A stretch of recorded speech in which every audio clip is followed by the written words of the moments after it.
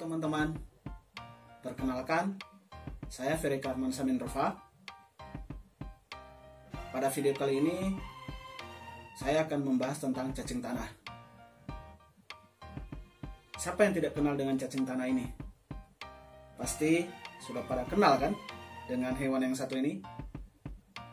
Yuk, mari kita dengarkan penjelasannya. Cacing tanah merupakan hewan yang tidak bertulang belakang, hewan lemah, tubuh licin dan berlendir, menggelikan bahkan menjijikan. Sehingga kita sering mengatakan bahwa hewan ini tidak bermanfaat.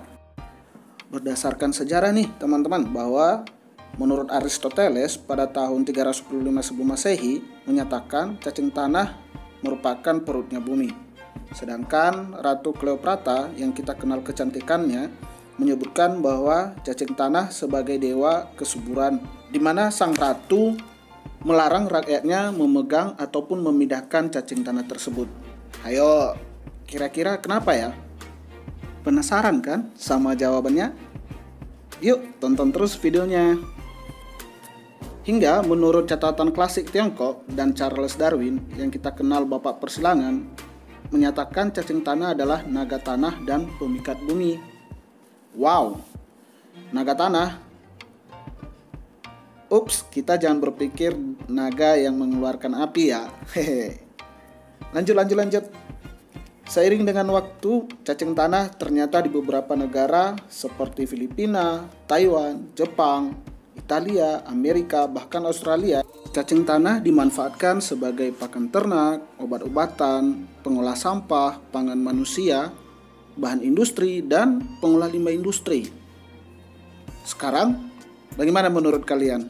Cacing tanah masih tidak bermanfaat kah? Oh iya, dari tadi saya menyebutkan negara lain. Kira-kira di negara kita sendiri, cacing tanah kita manfaatkan sebagai apa ya? Mari kita tanya pada rumput yang bergoyang, kata Ibit GAD. Hehe. Pemanfaatan cacing tanah dari beberapa negara tadi dapat kita simpulkan bahwa cacing tanah dimanfaatkan sebagai yang pertama, memperbaiki dan mempertahankan struktur tanah. Kedua, meningkatkan daya serap air permukaan tanah. Ketiga, menyuburkan lahan pertanian. Keempat, bahan baku kosmetik. 5, sumber pakan ternak. 6, obat-obatan, dan yang terakhir meningkatkan pemanfaatan limbah organik. Ternyata manfaatnya banyak juga ya. Sepertinya manfaat yang nomor 1, 2, dan 3 ini ada kaitannya nih dengan yang dikatakan oleh Ratu Cleopatra bahwa cacing tanah sebagai dewa kesuburan. Bagaimana? Sudah terjawab kan pertanyaan tadi? Kenapa Ratu Cleopatra melarang rakyatnya untuk memindahkan cacing tanah? Untuk meyakinkan teman-teman, ini berikut saya jelaskan atau saya tampilkan kenapa cacing tanah itu bisa dijadikan pakan maupun pangan. Berdasarkan penelitian, cacing tanah memiliki protein 64 hingga 76%. Wah, kalah dengan beberapa sumber protein hewani yang lain loh. Bukan hanya protein kandungannya, bahkan kandungan lain ada juga loh. Ternyata cacing tanah dijadikan sebagai obat juga loh. Wah, makin banyak aja manfaat cacing tanah.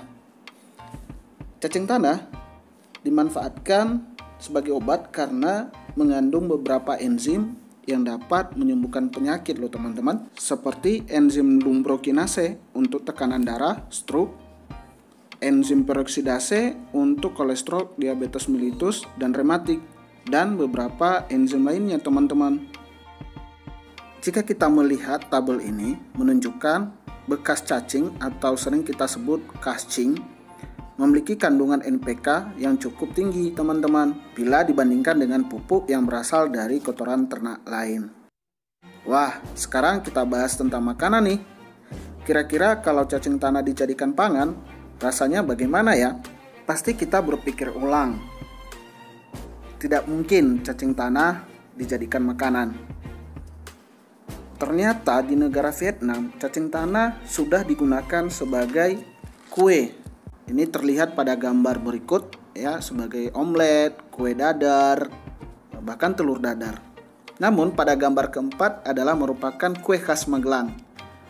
Bahan bakunya bukan dari cacing tanah ya, hanya bentuknya saja seperti cacing.